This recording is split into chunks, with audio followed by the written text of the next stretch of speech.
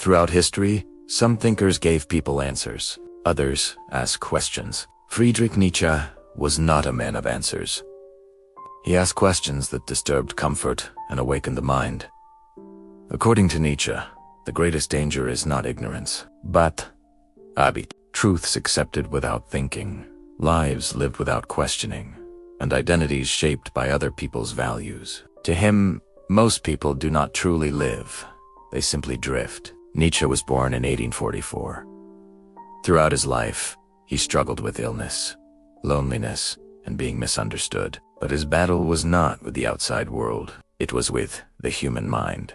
One of his most controversial statements was, "God is dead."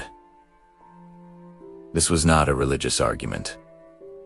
It was a diagnosis. Nietzsche believed that people no longer truly believed in old value systems, yet they continued living under their shadow. The old meaning had collapsed, but a new one had not yet been created. In this void left humanity directionless. For Nietzsche, the central question was, is a human being the owner of their life, or merely a product of society? He believed most people live under herd psychology. They suppress their thoughts, dreams, and even their identity to gain social approval.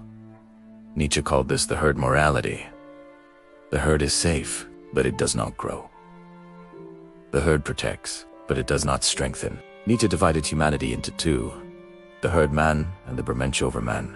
The Übermensch is the one who does not live by borrowed values, a person who creates their own meaning, takes responsibility, and dares to stand alone. This is not about superiority. It is about transformation. According to Nietzsche, man is a bridge between what he is and what he could become. And most people never dare to cross that bridge. One of Nietzsche's most powerful concepts, the will to power.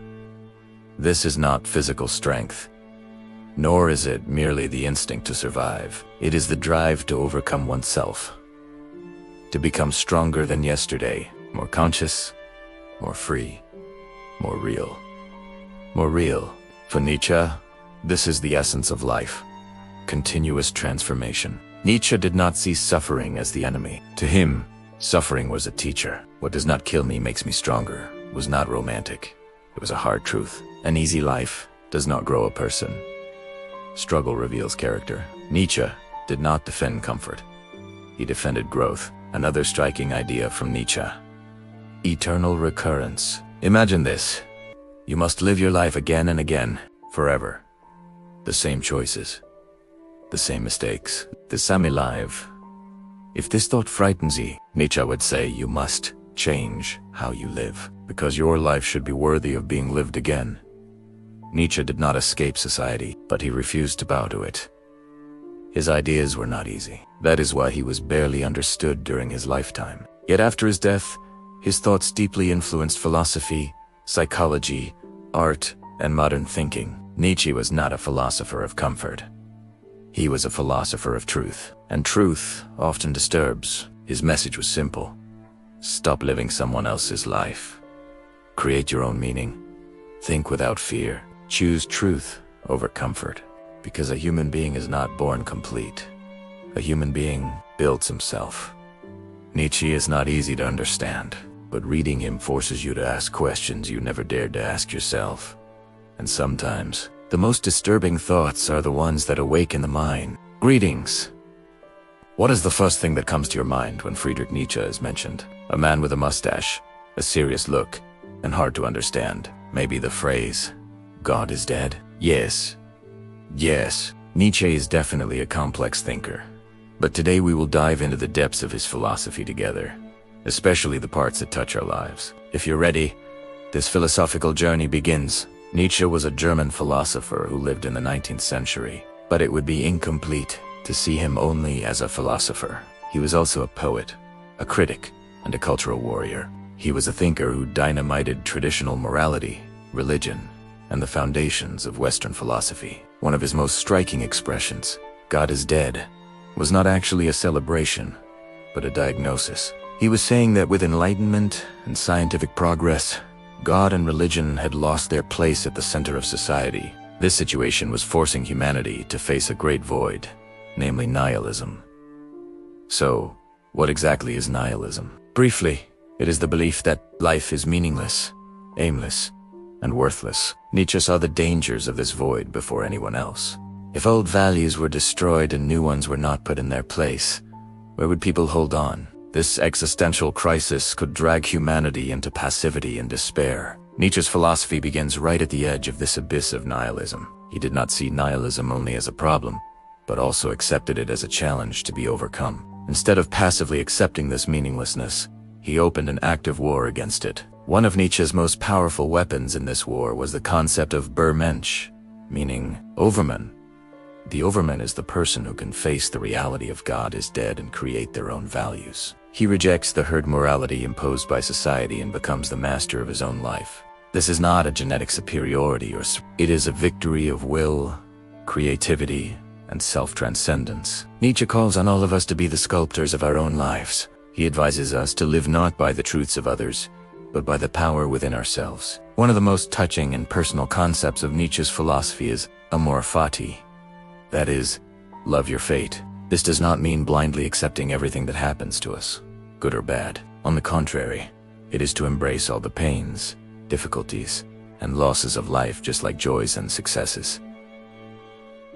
According to Nietzsche, life is a whole. There is no development without pain, no victory without difficulty. Amor fati means saying yes to your life, even in its most difficult moments. This is the power to say, I'm glad it happened, because it made me who I am. Instead of, I wish it hadn't been like this.